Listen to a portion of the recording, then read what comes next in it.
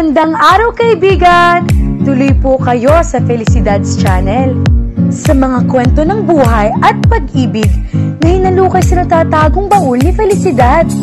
Pero bago po tayo magpatuloy, huwag niyo pong kalilimutan na i-like ang video, i-subscribe ang channel, at i-click ang notification bell para lagi kayong updated sa mga parating pa na upload.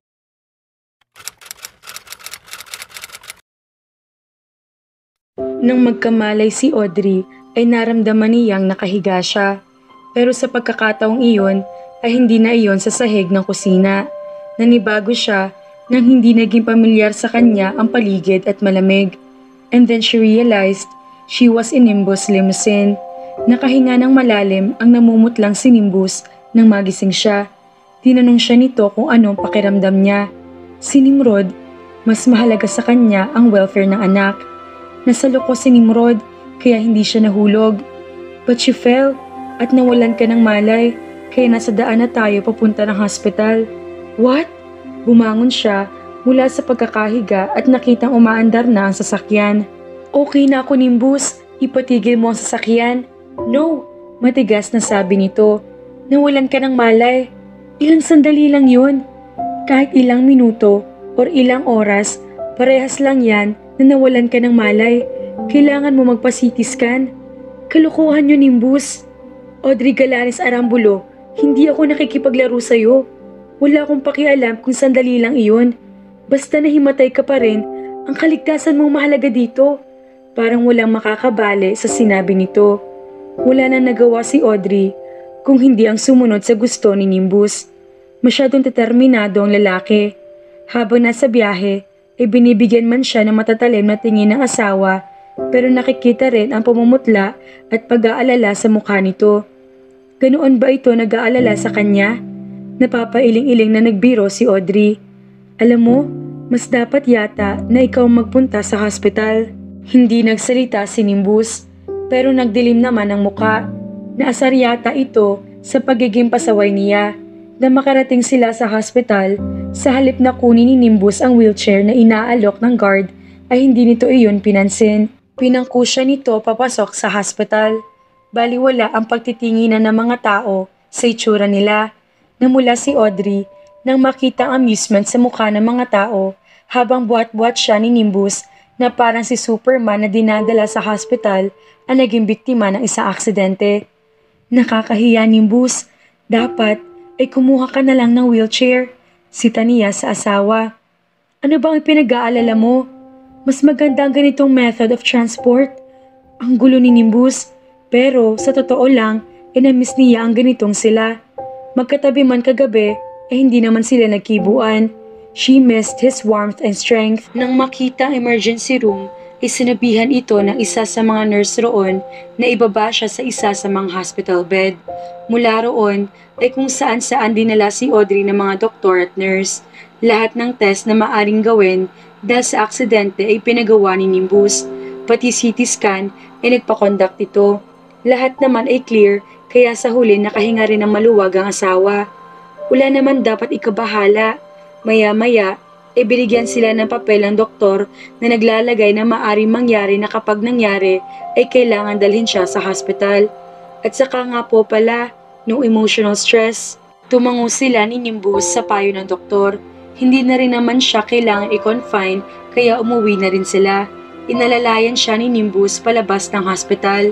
Nang makasakay sa kotse ay tinanong siya nito, "Saan mo gustong kumain ng lunch?" Kumunot ang noo ni Audrey. "Bakit kailangan pa nating lumabas? Mas mabuti pang umuwi na lang tayo. Nakapambahay lang ako." "So?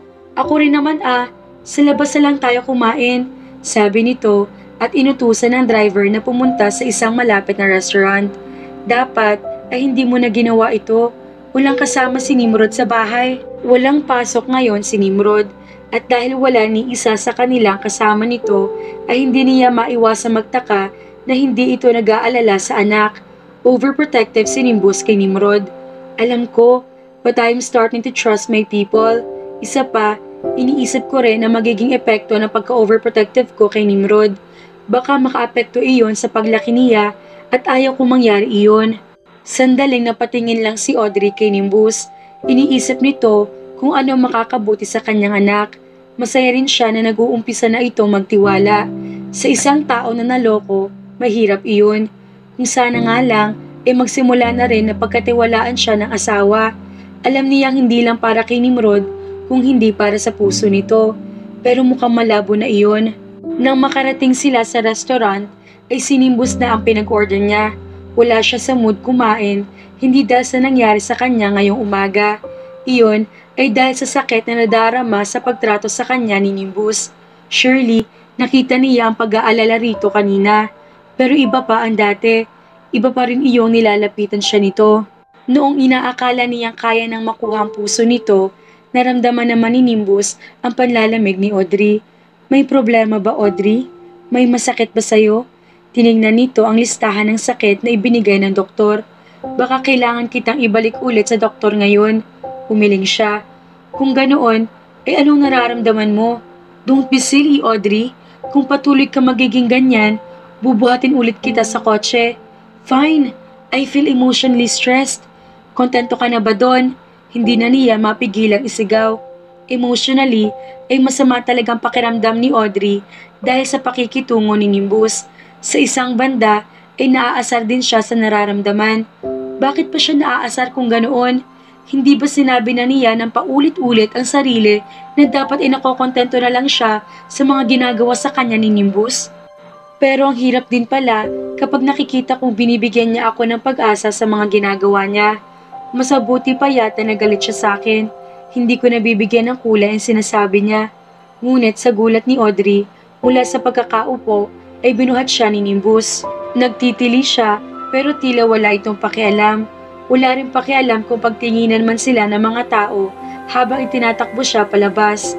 Nang suntukin lang niya ang dibdib nito, saka lang ito tumigil sa paglalakad at pinakinggan siya. Ano ba, Nimbus? Ibaba mo ako. Pero kung emotionally stressed ka, kailangan kita dalhin ulit sa ospital. Damn! Hindi lahat ng sakit nagpapagaling ng gamot o hospital. Maari ikaw lang naman talaga ang makakapagpagaling nun. Umiling si Nimbus, tila naguguluhan. Ano bang sinasabi mo? Ang manhid talaga? Sa isip-isip ni Audrey, nagsimula na siyang umiyak sa asar. Ibaba mo na nga lang akong buwisit ka. Marahas na umiling ito. No, hanggat hindi mo ipinapaliwanag sa akin ang lahat. Sa asar ay hindi na nagpatumpik-tumpik pa si Audrey. Sinabi na niya ang nararamdaman. Bahala na kung masaktan man siya sa isasagot ni Nimbus. Pero ang mahalaga ay maging tapat siya at sinubukang mag-take ng risk.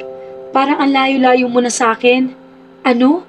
Sa tingin ko, hindi tayo nagkakaintindihan. Naipaliwanag ko na sa'yo na nagkaroon ako ng biglaang business matter sa New York. Kailangan na presensya ko roon, kaya umalis ako. And last night, masyado kong pagod. Sorry kung iniisip mo sa akin. Umiling siya. No, pakiramdam ko masyado ka pang apektado. Ang sabi mo ay narinig mo ang tungkol sa napag-usapan namin ni Kra. I assume na idinahilan mo lang ang New York kaya ka umalis. Sandaling nanahimik din si Nimbus pero maya-maya ay nagsalita rin. Fine, nabother din ako sa mga sinabi ni Kra. Pinilit kong kalimutan ang nakaraan para maayos ang pamilya natin. Pero tinanggap ko na mga iyon, Audrey. Pinilit ko na hindi magpaka-apekto dahil alam kong kahit naging malaking apekto noon sa buhay ko, ay masaya ako sa piling mo. Kumurap si Audrey. Para nagliwanag ang kaninang masaklap at madilim na mundo niya sa sinabi ni Nimbus. Umiling-iling siya pagkatapos at hindi makapaniwala. Bakit sinasabi mo ang mga ito, Nimbus? Sinayang kong 7 taon dahil sa galit at pride ko. Ang sabi ko sa sarili ko ay sisikapin kong hindi na muling maramdaman iyon dahil sa nangyari sa buhay ko. Nang dahil doon, hindi ko nalaman ang existence ng anak ko. Binuhay kong sarili na may galit. At ayaw ko nang muli mangyari iyon, kaya sinubukan kong ayusin ang lahat. Kahit masakit para sa akin, ay pinakasamahan kita dahil kay Nimrod. Iyon ang unang dahilan ko. Pero noong nakasama kita, nang maangkin kita muli, parang may kakaiba. Masaya ako na kasama ka sa kabila ng pagmamanipula mo sa akin noon. Sa kabila na naging kasalanan mo, may hindi mapigilang damdamin na umusbong sa puso ko kapag napapalapit ako sa iyo.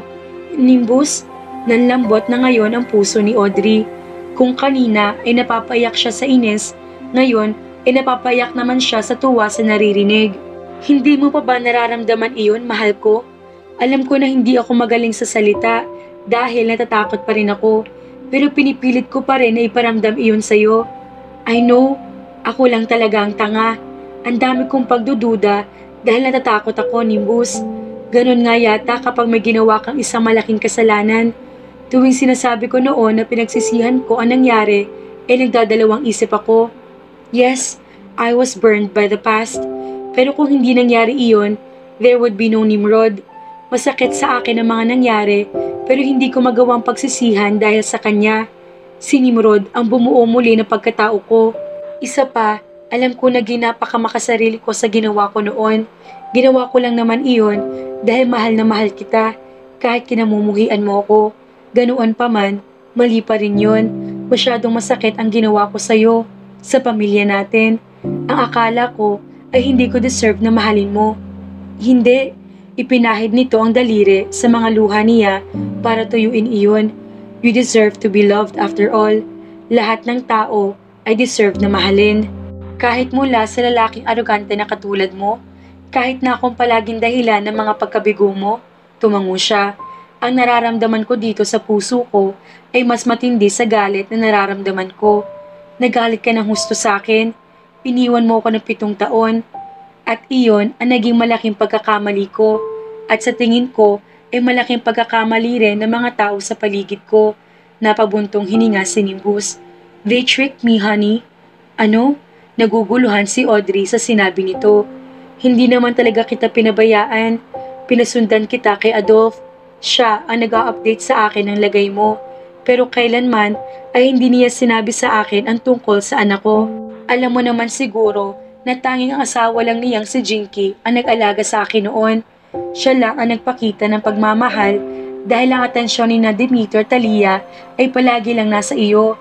Dahil doon, sa kanya ako nagsusumbong ng mga galit at hinaing ko sa iyo. Hindi ko alam na nagsimula na din pala siyang magalit. Napamahal din ako sa kanya, kaya halos parang ituring na rin niya akong anak. At ang mga ina, kapag may umaway o nanakit sa mga anak ng mga ito, nagagalit din sila sa mga umaape sa anak nila. Para gantihan ka, ay hindi nila sinabi ang tungkol sa existence ni Nimrod. Para maisip mo at masaktan ka na hinayaan lang kita, napabayaan lang kita. I know it sounded so stupid, pero iyon ang nilalaman ng huling sulat ni Adolf bago siya mamatay. Hindi nga lang niya agad nasabi noong nabubuhay pa siya dahil natatakot siyang gantihan ko siya. Nanlaki ang mga mata ni Audrey sa mga nalaman. Kaya naman pala wala siyang narinig kay Nimbus na sagot mula sa kanya. Hindi ko alam. Sana ko may lakas lang ako ng loob. Sana'y sinabi ko na ng personal sa iyo. Pinagkatiwalaan ko sina Jinky at Adolf noon.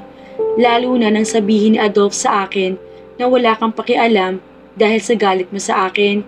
Naniwala ako sa kanya at hindi na muli pang sumubok magsabi dahil sobrang guilty pa rin ako sa nagawa. Natakot ako na tanggihan mo uli o makikisama ka lang sa akin dahil sa anak natin. Hindi pa ako handa noon sa panibagong sakit. Alam ko na nasaktan din kita kaya hinayaan kitang umalis. Hindi kita masisisi dahil laging mainitin ang ulo ko, lagi akong galit. Pero masaya ako ngayon na dahil sa experience na iyon, natutuwa ko ng aking leksyon. Isama pa na narealize ko rin na time heals pain. Galit ako noon sa'yo, pero dahil sa pagsasama natin sa nakaraang buwan, nabura na iyon. Napalitan ng bagong damdamin, a new feeling that I wanted to cherish forever. Huwag na nating pag-usapan ang nakaraan. It depends. Kailangan din nating ayusin ang tungkol sa mga magulang mo. Pero pangako, hindi na rin ako magpapaka-apekto dahil mahal ko din sila at masakit sa akin na mawala sila. Napatungo si Audrey. Naiintindihan naman niya si Nimbu sa bagay na iyon. Paano si Kra? Hindi ka na ba nasasaktan dahil nagkahiwalay kayong dalawa? Siyempre, masakit iyon sa akin. Pero noon yon, nakamove on ako sa kanya. Isa pa, sa mga narinig ko sa kanya, nang awayin kanya sa bahay niya sa Tagaytay, magagawa ko pa bang makaramdam ng kakaiba sa kanya? Siguro ay galit. She became a greedy bitch. Nagtangis ang mga bagang nito. But anyway, Dapat ay hindi na natin pinag-uusapan ang tungkol sa kanya. Dahil sa tingin ko ay hindi ko naman talaga siya ganoong minahal. Naakit lang siguro ako sa kainusentehan niya noon kaya naisipan kong ligawan siya. She was so pure, so innocent. Pero kailanman ay hindi naging intense ang puso ko kapag nasa tabi ko siya. Ha? Paano mo naman nasabi yan? Well, I'll tell you a secret. Noong gabi ng party mo, nagpakalasing ako dahil sa'yo. Dahil hindi ko mapigilan ang sarili ko na maakit sa'yo sa kabila ng halos kapatid na kita at may girlfriend na ako. So, sino mas incest sa atin ngayon? Nanlaki ang mga mata niya. Nagulat siya sa sinabi nito. Nimbus, you were so beautiful then, my love. At masaya ako na kahit mahirap ay gumawa ng tadhana ng paraan para magkalapit tayong dalawa. Hinalikan siya nito. I love you. I love you too. Pero mayroon akong isa pang tanong na gusto kong sagutin mo. What made you realize that? My friends helped me. Sila ang mga nag-indulge sa akin na bigyan ka ng pagkakataon. I am physically attracted to you. Naamin ko na, diba? Pero nang makasama kita, nang ilapit ko ang sarili ko sa'yo, I got attached to you not only physically but also emotionally. Nag-aalala ako sa'yo noon pero hindi ganitong klase na pag-aalala. Remember what happened today? Tama ka sa sinabi mo na dapat ako magpa-ospital. Hindi kasi ako mapakali nang may mangyaring masama sa'yo. I missed you so badly too. Nahihirapan at hindi ako makapag-concentrate sa ginagawa ko kapag hindi kita nakikita. Kapag hindi kita nakakasama o hindi ko man lang alam ang ginagawa mo.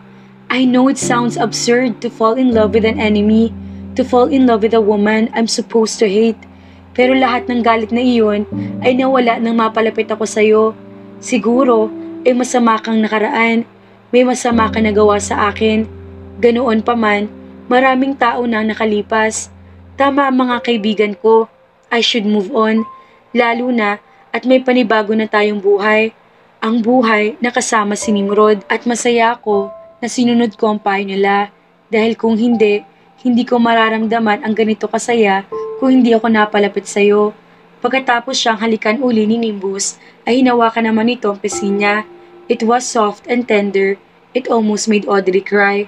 Hindi pwedeng baguhin ng oras ang nararamdaman ko para sa'yo. Maaring bata pa ako noon, pero alam ko na ikaw ang mahal ko. Walang paliwanag ang pwede makapagsabi kung ano ang nararamdaman ko sa'yo. At sa mga nakalipas na taon, kahit marami akong pwedeng dahilan para tumigil, palagi pa ako nakakahanap ng isa para hindi ko iyon gawin. Dahil ikaw lang nakakapagpasaya sa akin. Sa kabila ng pagkairita mo sa akin, tanging ikaw lang ang gusto kong makasama. Gusto kong lapitan ka, maging malapit sa'yo. Mayakap mo, lahat. Pera na rin ang mahalin mo. Ngumiti si Nimbus ng pagkakatamis-tamis. Salamat, dahil kahit ano pa ang nangyari sa atin noon, di ko man nagawa sa'yo yan noon, ipinapangako ko na babawi ako sa pagkakataong ito. I will cherish you, agape mo. Nagdiningning ang mga mata ni Audrey sa narinig. That just meant I love you in Greek.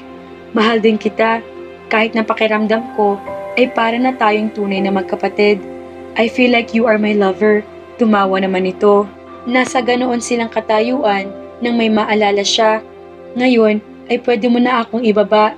Kanina pa tayo pinagtitinginan ng mga tao. Natawa rin si Nimbus nang ma-realize ang sitwasyon nila. Mas gusto ko ang ganito para diretso tayo sa... Nagniningning ang mga mata nito nang tingnan ang limousine na nakaparada sa harap ng restaurant. Oh no, Nimbus, hindi dyan. Namula ang mukha ni Audrey nang mapagtanto ang gusto ng asawa. Don't worry, mahal ko. I got it all protected. Wika nito na may malaking ngisi sa mga labi. Nagkaroon ng isang linggong bakasyon sa eskwelahan si Nimrod kaya napagpasyahan ni Nimbus at Audrey na pumunta sa Greece kasama ang anak. Dahil guilty sa mga nangyari sa magulang noon, ay gustuhin man ni Audrey na madalaw ang mga ito ay hindi niya magawa. Ngayon ay malakas na ang kanyang loob dahil nasa tabi niya si Nimbus, ang taong naging biktima ng kalokohan niya noong bata pa siya. Medyo nanginginig pa si Audrey sa takot habang papunta sila sa puntod ng mga magulang. Pero nang maramdaman iyon ni Nimbus ay niyakap siya nito at binulungan. Relax, Hindi sila babangon para pagalitan at sisihin ka. Pinilit niyang ngumiti. Nang dumating sila sa sementeryo, ay nanguna sa paglalakad si Nimrod na para bang alam na alam nito ang lugar. Ginagabayan naman ito ni Nimbus sa pamamagitan ng pagsasabi kung kanan o kaliwa bang dapat nilang daanan. Nang mapatigil sila, ay nakangiting binasa ni Nimrod ang lapida ng mga magulang ni Audrey. Pinakatitigan din ito ang picture na nasa loob ng lapida. Magkasama sa iisang puntod ang magulang, ayon na rin sa kagustuhan ng mga ito, kaya magkasama ang picture. Lolo and Lola look sweet together, parang kayo mommy and daddy, punapa ni Nimrod. Ginulo ni Nimbus ang buhok ng anak. Hindi ako mahilig magbasa ng mga libro, lalong-lalo na ng mga romance novels. Alam mo kung bakit? Dahil maniniwala pa ba ako sa mga iyon? Kung sa love story pa lang nila, ay maniniwala na ako sa tunay na pag-ibig. Ngumiti si Audrey. Hindi kinaya ni Papa na mawala si Mama. Mahal na mahal nila ang isa't isa. At ganoon din sila sa'yo. Nang dumating ka, halos hindi na nila ako nakita dahil sa pagmamahal nila sa'yo. Kaya huwag ka na mag-alala. Sigurado nasaan man sila ngayon, mapapatawad ka rin nila. Talaga? Nang sabihin iyon ni Audrey, ay nagliwanag ang paligid na kanina'y makulimlim. Parang senyales iyon na ipinaparating ng mga magulang niya na sumasang-ayon ang mga ito sa sinabi ni Nimbus. See that? Sabi nito sa kaniyakap siya. Masyado ka pang bata noon, naive, impulsive, madalas ay nagkakamali, at masyado ring nagmahal. Alam ko, pero hindi natin kailangang isali iyon sa mga pagsisisi dahil naghatid naman iyon sa akin ng kakaibang saya ngayon. Napangiti siya sa sinabi ng asawa. Natawa si Nimbus. Nagiging corny ka na. Ganyan ba talagang ugali ng mga buntis? Napangiti lalo si Audrey nang hawakan ni Nimbus ang pipis pa niyang tiyan. 2 linggo matapos na magkaayos, inadiskubre nilang buntis siya sa pangalawa nilang anak. Isa rin dahilan kaya bumalik sila sa Greece para ipakilala sa magulang si Nimrod at ang magiging pangalawang anak nila. I think so, kaya humanda ka na sa pagtatantrums ko. Umungol ito. Magiging brat ka ba uli? Siguro, pero sinisiguro ko na kahit maging ganoon ako, hindi ko nagagawin uli ang pagkakamali na gawa ko noon. Hindi na talaga, dahil hindi ko hahayaan iyon. I won't let you hop to another man's bed. That will be over my dead body. Huwag ka mag-alala, hindi rin ako magtatangka. I'm so much contented with my Greek husband. Niyakap niya ito. Umiling-iling si Nimbus. Naka-acquire ako ng Greek citizenship, but I don't feel like a Greek. Pero nakuha mo na ang attitude ng mga Griego. Arugante, mahilig sa, hey, don't you dare say it. Nakangising bulong nito. I'm getting turned on here. Oh daddy, kaunting hiya naman. Nasa tabi natin si Nimrod, sabi niya. Saka hinawakan ng anak. Yeah, and it will always be blue balls whenever he's around. May himig pang pagrereklamong bulong ni Nimbus. Natawa na lang siya at itinuo ng pansin mula sa kanyang mag-ama papunta uli sa puntod ng mga magulang. Iba't ibang klase ng pagmamahal ang naranasan ni Audrey sa buhay niya. May pagmamahal na pagmamalasakit, may pagmamahal na masama, may pagmamahal na makasarili, at may pagmamahal din na totoo. Pero ang pinakamagandang pagmamahal na nakuha niya ay ang pagmamahal na kaya magpatawad. After all, to love is to forgive. Mga kafelisidad, sana po ay nagandahan kayo sa kwentong pag-ibig ni Nimbus at Audrey. Salamat mga kafelisidad. Sa uulitin.